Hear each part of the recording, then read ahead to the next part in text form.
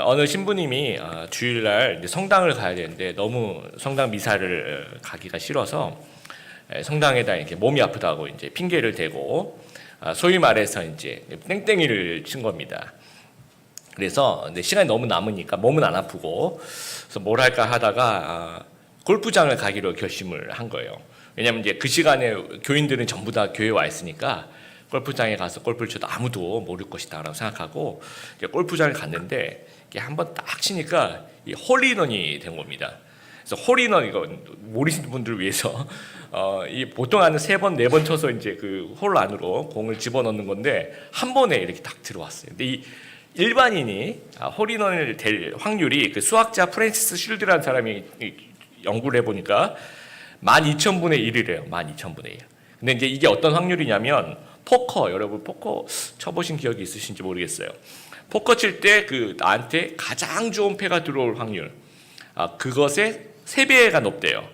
그러니까 평생에 한번 있을까 말까 한. 그러니까 어떤 대회에서 어떤 선수가 홀인원을 하면 뭐 상금보다도 훨씬 더 비싼 뭐 자동차를 선물한다든지 그럴 정도로 굉장히 드문 경우인데 정말 이 평생 자랑할 수 있는 내용입니다.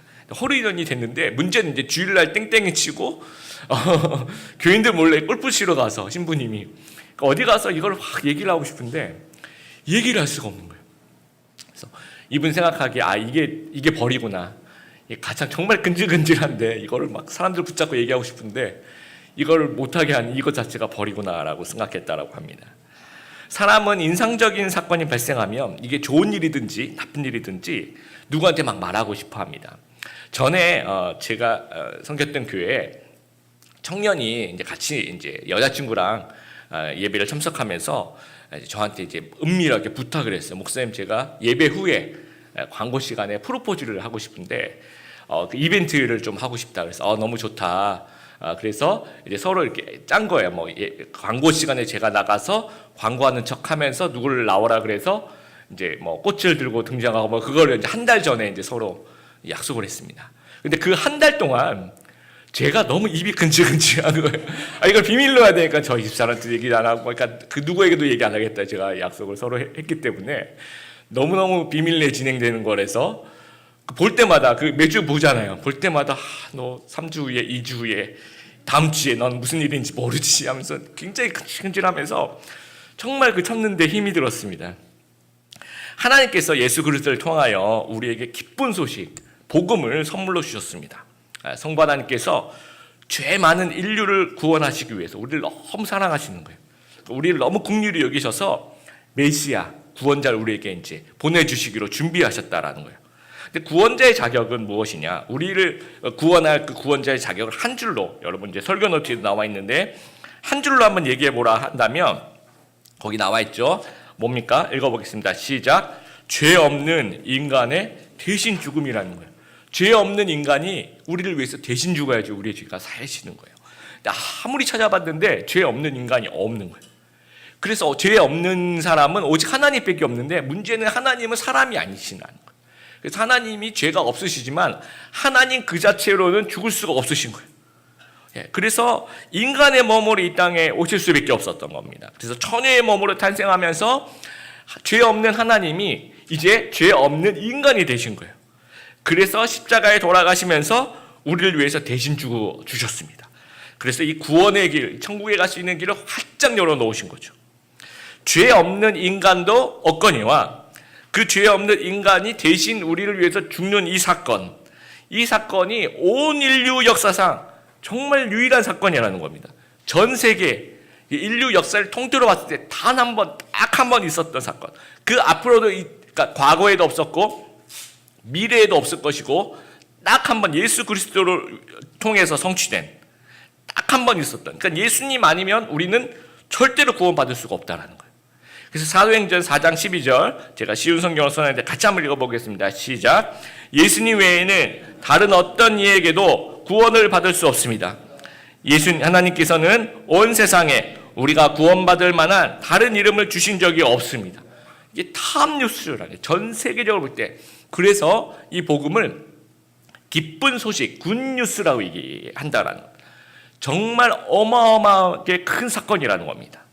그런데 하나님은 이 어마어마하게 큰 엄청난 이 사건을 어떻게 전해지시기를 원하셨는가 보면, 우리가 생각할 때는 이 TV 홍보라든지, 그렇죠, 유튜브 천국 예고편 뭐 이런 걸로 이렇게 동영상을 만든다든지, 아니면 무슨 광고 팜플렛을 만든다든지, 여러분 전철이나 버스 타시면 이렇게 막 붙여져 있잖아요.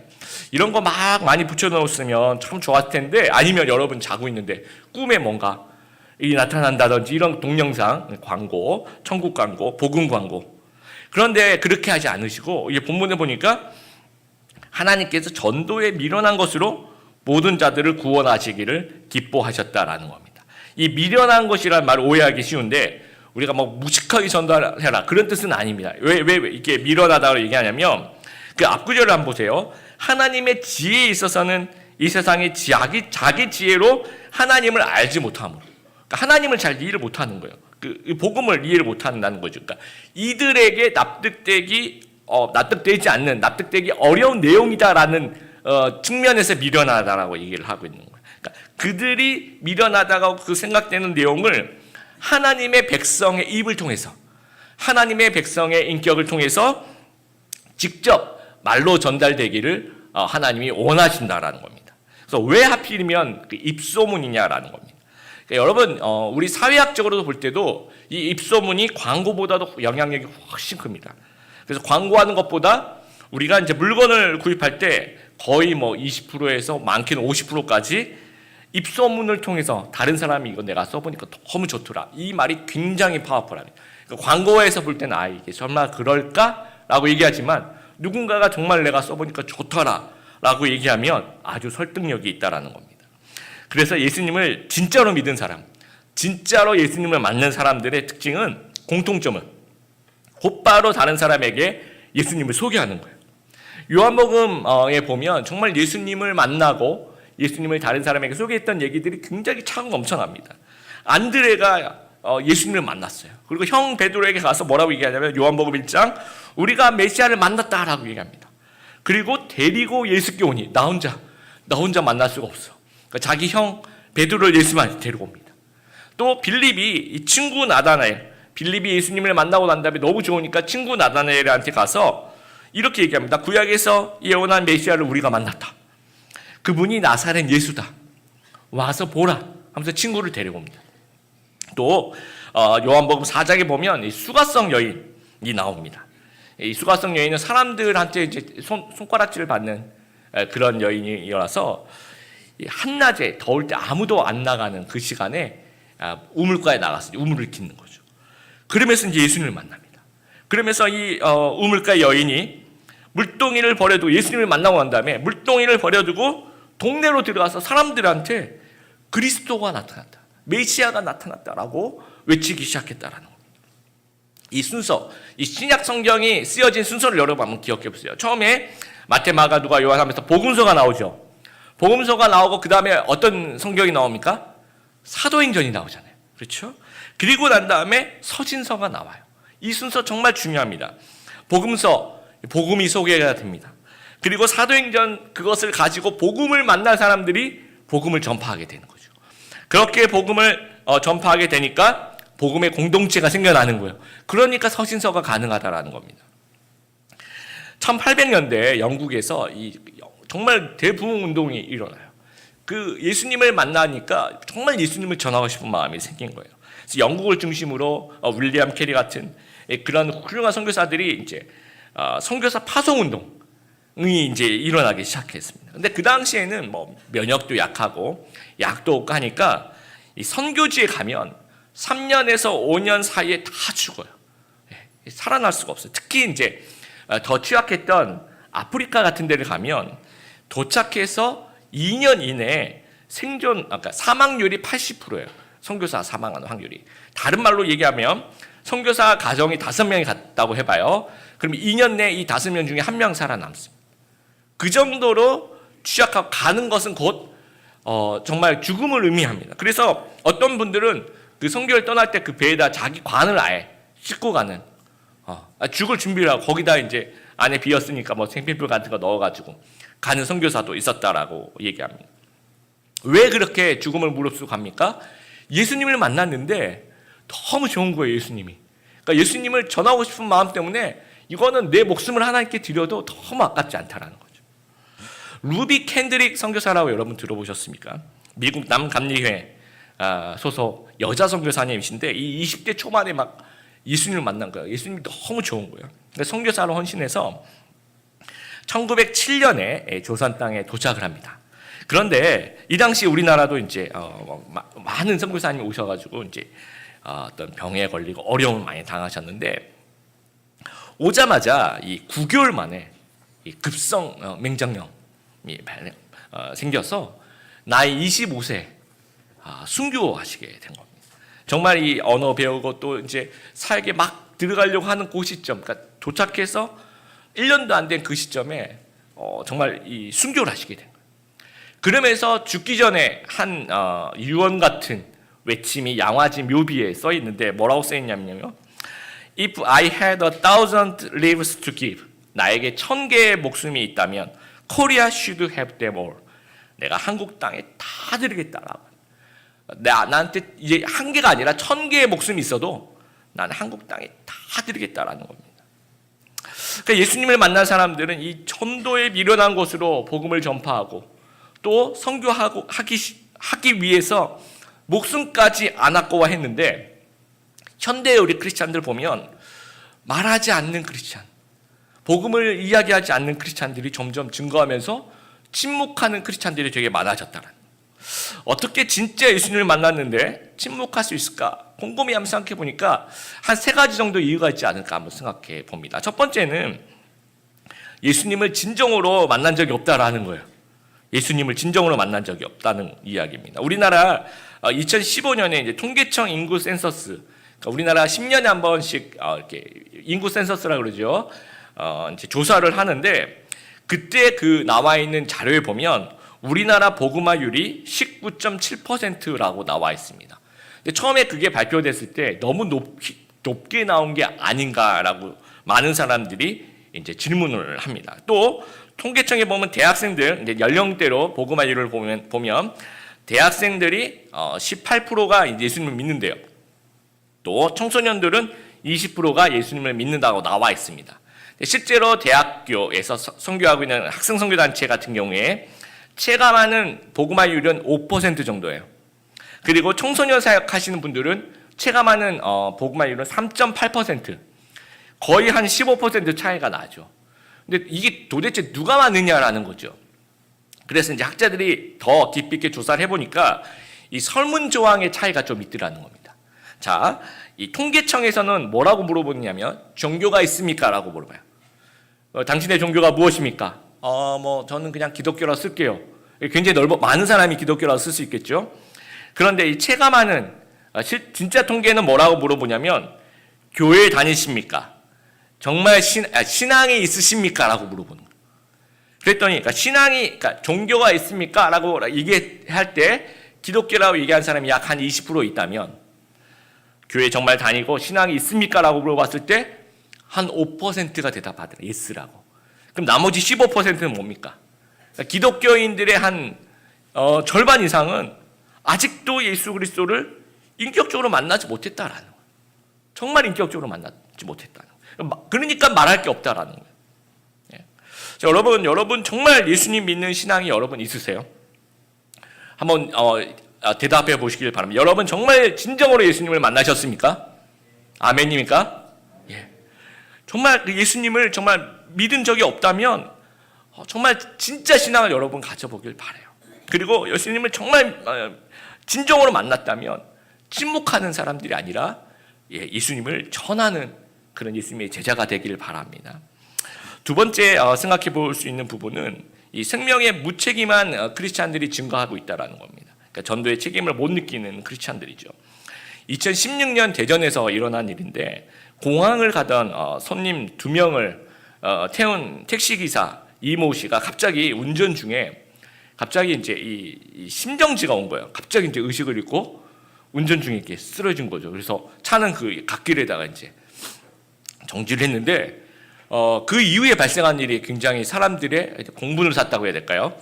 승객 2분이 이제 탔는데 이제 블랙박스에 이제 찍혀 있지 않습니까? 승객 2명이 이제 이러니까 119 신고도 안 하고 그 앞에 차 문을 이렇게 열어가지고 손을 이렇게 넣어서 차 키를 빼가지고 아마 그 트렁크를 열려고, 그래서 이제 그걸로 트렁크를 열어가지고 자기 짐 골프 가방과 캐리어를 이제 꺼내가지고 그 앞에서 또 택시를 잡아 타고 급히 간 거예요. 비행기 시간 아마 맞추려고 그랬는지 몰라도.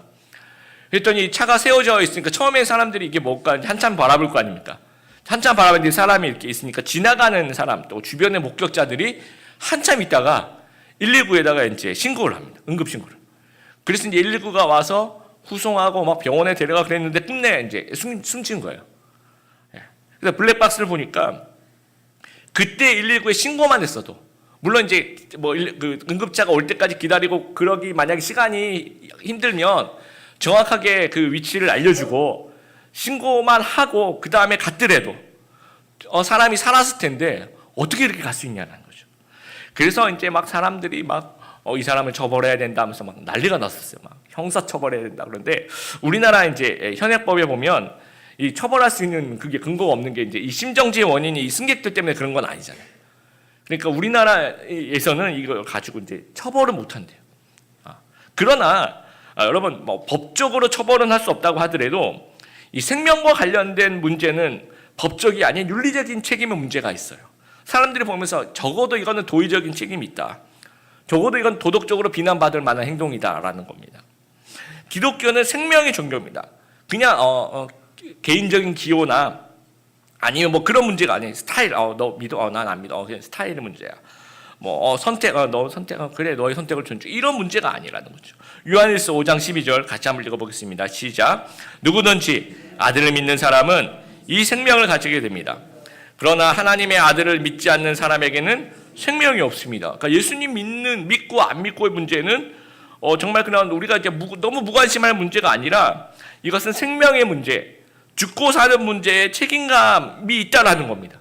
근데 만약에 우리가 이 책임감을 전혀 못 느낀다면 우리는 이 택시 탔던 그 승객하고 크게 차이가 없다라는 거예요. 제가 대학교 1학년 때 CCC 이제 4학년 선배 중에 이런 선배가 있었어요. 처음에 이제 가서 만났는데 자기 간증을 얘기해 주더라고요. 자기는 모태 신앙으로 자랐는데 정말 그 부모님이 너무너무 이제 예수님 잘 믿고 그랬대요. 근데 자기는 뭐 교회를 잘 안 나갔대요.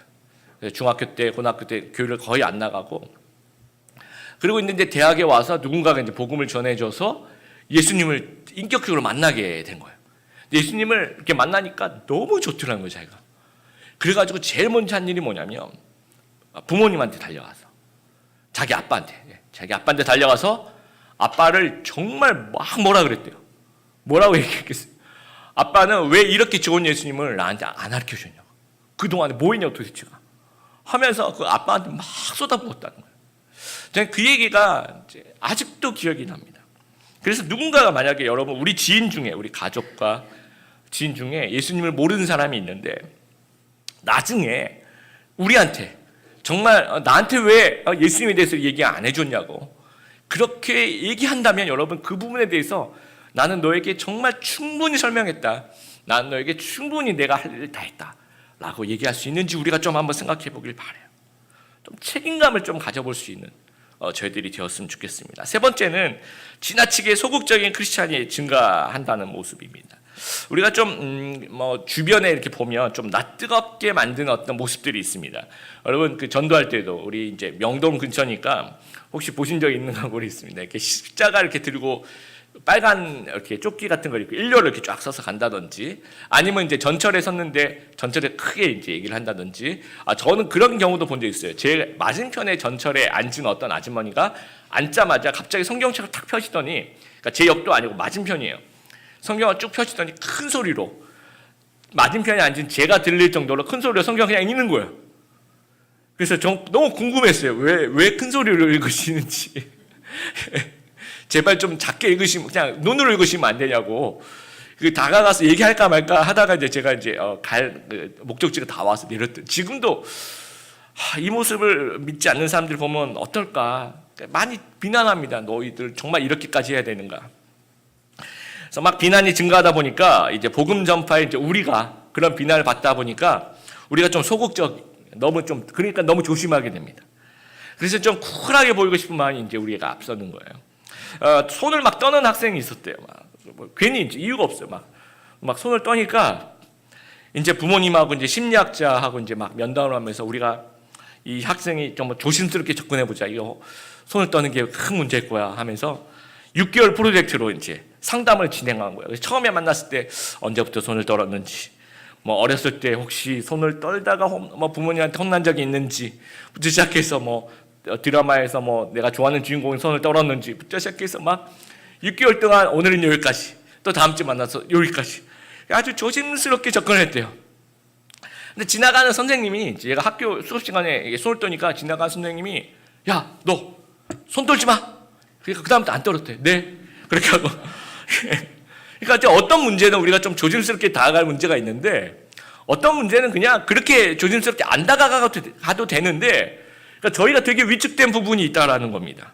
여러분 생각해보세요. 여러분 어떤 영화가 요즘 뭐 영화 좋은 영화들 많이 나오는데 친구랑 이 영화를 보러 가고 싶은 거예요. 그런데 소극적이에요 내가. 그래서 단계별로 물어봐야지 내가. 오늘은 너 혹시 영화 같은 거 좋아하니? 좋아해. 그렇구나. 이제 다음 주로 넘겨. 다음 주에 가서 혹시 너 액션 영화 그런 거 좋아하니? 나는 그런 다 좋아해. 그렇구나. 이제 셋째 주, 넷째 주 이렇게 안 하잖아요. 어떻게 해요? 야 친구야, 나랑 영화 보러 가자. 그러면 뭐 내가 시간이 되면 보는 거고, 시간이 안 되면 못 보는 거고, 돈이 없으면 그냥 네가 좀 보여줘 이렇게 얘기하는 거고. 그래서 미국 통계인데요. 그 라이너 척도라고, 복음 수용소 척도라고 조사를 해보니까 불신자의 95%가 복음에 적대적이지가 않아요.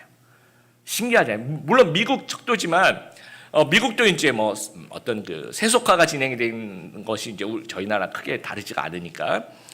그리고 이제 중립이라고 해야 될까요? 뭐 나는 싫지도 않고 좋지도 않고, 이 중립부터 시작해서 나는 관심 있고 좋고, 이렇게 중립 이상인 사람이 그러니까 복음에 대해서 74%나 된다라는.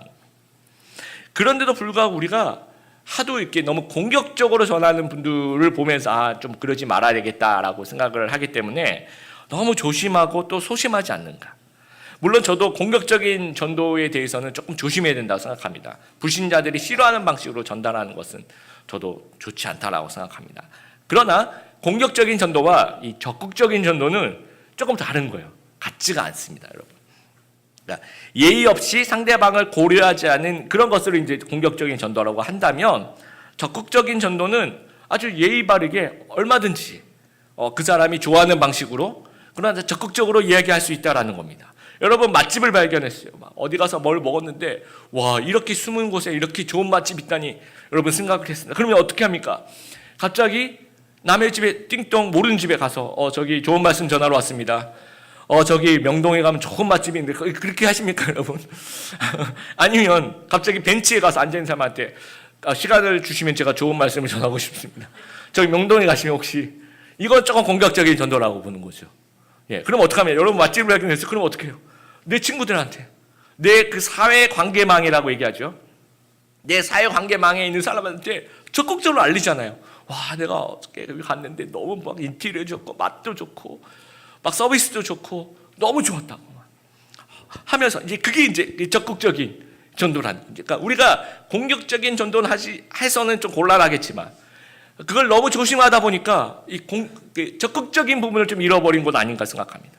여러분 요한복음에 아까 얘기한 것처럼 안드레는 형한테 적극적으로 막 가서 나랑 같이 가자 해서 데리고 갑니다.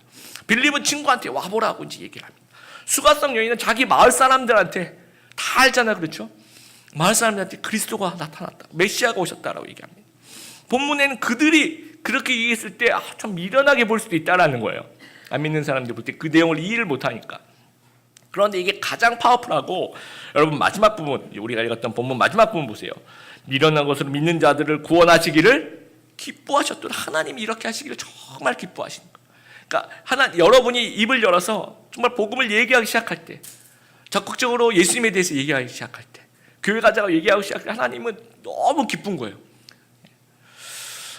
요즘 그 가나안 성도에 대한 부담감이 저한테도, 저는 특별히 이제 가나안 성도라고 하죠. 그 거꾸로 얘기하면 안 나가 성도라고 얘기하는데, 교회를 안 나갔는데 이제 아주 옛날에는 다녔는데 지금 안 나가, 그 부분에 대해서 참 마음의 부담감이 많아요. 그래서 가만히 이제 제가 주중에 꼭 그런 시간이 있어요. 이번 주에는 누구한테 연락을 할까? 그러면 전에는 교회 나갔지만 지금 교회를 안 나가는 제 지인들 있지 않습니까? 그리고 제가 알고 있는 사람들한테 뭐 전화를 하거나 문자를 하거나 뭐 카톡을 하거나 그때 제가 혹시 교회에 관심 있어? 이렇게 안 물어봅니다. 그냥 직접적으로 물어봐요. 너 이번 주부터 교회 와라. 너 우리 같이 신앙생활 하자. 요즘 그래도 교회 좀 나와야 되지 않겠니? 하면서 아주 직접적으로 얘기합니다. 그러면 이제 다음에 갈게요. 뭐 이번 주부터 갈게요. 여러 가지 이제 반응이 있는데 누구에게 교회 가자고 말할까 한번 생각해 보길 바라요. 매주일마다. 그리고 그 생각나면 여러분 바로 연락하게 되기를 바랍니다. 친구야, 이번 주부터 나랑 교회 같이 가자. 시카고에서 유학하던 트리니티 유학하던 시절에 일본에서 온 유학생 한 명이 있었어요. 되게 제가 모두가 다 신기했던 것이 이제 그 당시 지금도 마찬가지입니다. 일본의 복마율이 1% 미만. 거기 크리스찬 만나기도 굉장히 힘든데 거기서 예수님 믿고 얘가 하나님 어떤 그 신학을 배우기 위해서 또 미국까지 유학 온 경우 굉장히 드물거든요. 예, 그래서 우리 자매님이었는데 그래서 다들 이제 막 한국 사람들도 되게 관심 있어하고 그러면서 이제 막 대화를 하다가 졸업하고 너 이제 우린 당연하게 얘가 졸업하고 당연히 자기네 나라 돌아가서 어떤 사역을 할지 너무 궁금했던 거예요. 그래서 졸업하고 일본에 돌아가서 어떤 사역을 할 거냐고 이렇게 물어봤더니 대뜸 그 무슨 이름도 무슨 꽃 뒤에 무슨 나미꽃 뒤에 뭐 꽃자가 들어왔는데 기억이 안 납니다.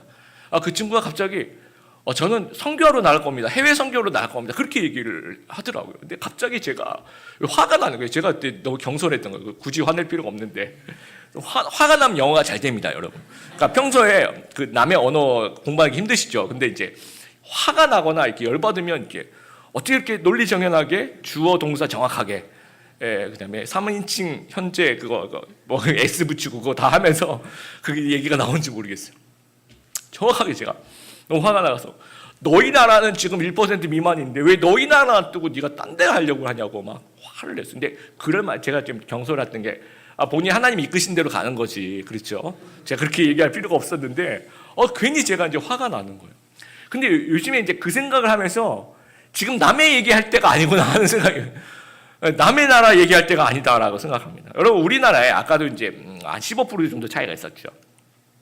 30년 전 정확하게 30년 전만 해도 만 40세 미만의 교인이 전체 교회의 약 80%를 차지했어요. 40세 미만의 교인이 10명 중에 8명이나 있었는데 요즘에는 거꾸로 됩니다. 40세 이상 교인이 아마 저희 교회는 그렇지 않지만 대부분에 가면 이제 40세 이상 교인이 10명 중에 정말 많아요. 정말 많아요. 그래서 특히 막 이렇게 어른 예배 솔직히 말하는 그런 머리가 허연 분들이 거의 다 이렇게 앉아 계신 분, 굉장히 마음 아픈 모습을 우리가 봅니다. 대학생 실제 복음화율 5%, 청소년 한 3% 정도면 여기는 제가 볼 때는 미전도 종족이라. 제가 그 일본 전도사님한테 그렇게 막 뭐라고 얘기할 그 분노가 지금 우리가 느껴야 돼. 우리나라를 바라보면서 우리 스스로 저 스스로를 바라보면서 느껴야 되는 심정이 그 심정이라는 겁니다. 자, 이런 상황에서 우리는 무엇을 해야 되느냐라는 겁니다. 어떻게 이런 상황에서 가만히 있을 수가 있는가라는 거예요. 어떻게 이런 상황에서 무관심하고 침묵할 수 있느냐는 겁니다. 요즘에 참 복음 전하기 어려운 시절이라고 얘기합니다. 그리고 실제로 복음 전이 참 어렵습니다. 자, 그러면 이런 질문을 한번 해볼게요. 그러면 복음을 전하지 말까요? 복음 전하기 어려우니까 우리가 복음 전하지 말까요? 여러분 터키란 나라 아시죠? 이 터키는 복음화율이 0.3%인데 이것도 굉장히 많이 잡은 거예요. 어떤 선교사님들이 이제 하시는 얘기가 터키의 전체 그 나라 전체 예수 믿는 사람 숫자하고 터키에서 복음 전하는 선교사님 숫자하고 비슷하대요. 그만큼 일평생 전도해도 한 명 어떨까 말까. 그런데 만약에 그러면 사람들이 그래 터키 난 안 갈 거야 얘네들 포기해야지 이렇게 하면 어떻게 했느냐라는 거죠. 만약에 조선 땅에 보니까 막 선교사를 갔더니 토마스 선교사님 막 목을 내려쳐. 그러면 이 땅은 포기해야지 하고 만약에 선교사님이 조선 땅을 포기했다면 우리는 이렇게 예배드릴 수가 없습니다. 제2, 제3의 루비 캔드릭이 지켰기 때문에 이 나라를 내 1000개의 목숨을 내주더라도 내가 조선 땅에 다 바치겠다 얘기하는 그 선교사님 지금 양화지에 가십니다. 그 묘지에 묻혀있는 그 제2, 제3의 루비 캔드릭이 있었기 때문에 포기하지 않았기 때문에 지금 저희가 이렇게 앉아서 마음껏 하나님을 찬양하고 있다라는 겁니다. 그러면 우리가 제2, 제3의 루비 캔들릭이 되어야 된다라는 겁니다. 지금의 상황은 그 당시 조선보다 훨씬 좋은 상황이에요. 그러니까 아무리 우리가 어렵고 힘들다 그래도 그 당시 그 100여 년 전에 그 조선 땅보다는 지금 상황이 훨씬 좋다라는 겁니다. 절대로 포기하면 안 된다라는 겁니다. 여러분 사도행전 5장 42절 노트에 나와 있습니다. 같이 한번 읽어보겠습니다. 시작. 그들이 날마다 성전에 있든지 집에 있든지 예수는 그리스도라고 가르치기를 전도하기를 그치지 아니하니라. 예수를 그리스도라고 가르치기와 전도하기를 그치지 않았다, 쉬지 않았다라는 겁니다. 변명하지 않았고 힘들다라고 얘기하지 않았고 침묵하지 않았고 포기하지 않았다라는 겁니다. 만약에 우리가 침묵하고 포기하면 생명은 없어져요. 정말 하나님 앞에 나와야 될 그 생명이 없어질 수 있다라는 겁니다. 말씀을 마무리합니다. 여러분, 오늘날의 교회는 그냥 교회가 아니라 선교적 교회가 되어야 된다라고 이야기를 많이 합니다. 왜냐하면 지금 저희들의 복음화율이 그렇잖아요. 그냥 교회가 아니라 그러면 선교적 교회가 되어야 되는데, 이 선교적 교회, 미셔널 처치라고 얘기하는 것은 다른 말로, 이게 좀 되게 어려운 말처럼 생각하는데 가장 쉽게 얘기하면 나는 선교하는 교회다라는 겁니다. 그러니까 교회라는 말이 나는 어느 교회에 다녀 이게 아니라 나는 그 교회라는 거예요. 목사뿐만 아니라 모든 성도는 직업 소명과 동시에 선교적 사명도 주어지는 거예요. 여러분 어떤 직업을 갖고 있어요. 그게 하나님께서 주신 직업 소명이 분명히 있습니다. 동시에 어떤 소명도 있느냐? 복음을 전파하는 선교적 사명도 있는 겁니다. 그래서 나는 선교사로서의, 그러니까 만약에 직장인이라면 따라해 보겠습니다. 나는 선교사로서의 직장인이다. 예, 직장인이라는 그 직업 소명도 있지만 선교사로서의 그 소명도, 선교적 사명이 있다니까. 여러분이 선교사로서 직장인인 거예요. 여러분이 선교사로서 학생인 거고, 여러분이 선교사로서 주부인 거고, 여러분 선교사로서 뭐 의사고 기자고 그 다음에 무슨 과장님, 부장님이시고 사장님이시고 선교사로서 직장인이라는 겁니다. 그래서 관점을 좀 전환할 필요가 있습니다. 나는 드림의 교회를 다녀가 아니라 나는 드림의 교회다라고 생각해야 된다라는 겁니다. 그러면 나는 드림의 교회를 다녀가 아니라 내가 드림의 교회라면, 또 드림의 교회가 선교적 교회가 되어야 된다면 나는 복음을 전파하는 선교적인 드림의 교회다라고 선포하고 다니셔야 된다는 거예요. 여러분.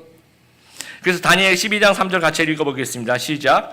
사람들을 올바른 길로 이끈 사람은 영원히 별처럼 빛날 것이다. 정말 평생 전도자가 되길 바라요. 그리고 올바른 길로 인도하게 되길 바랍니다.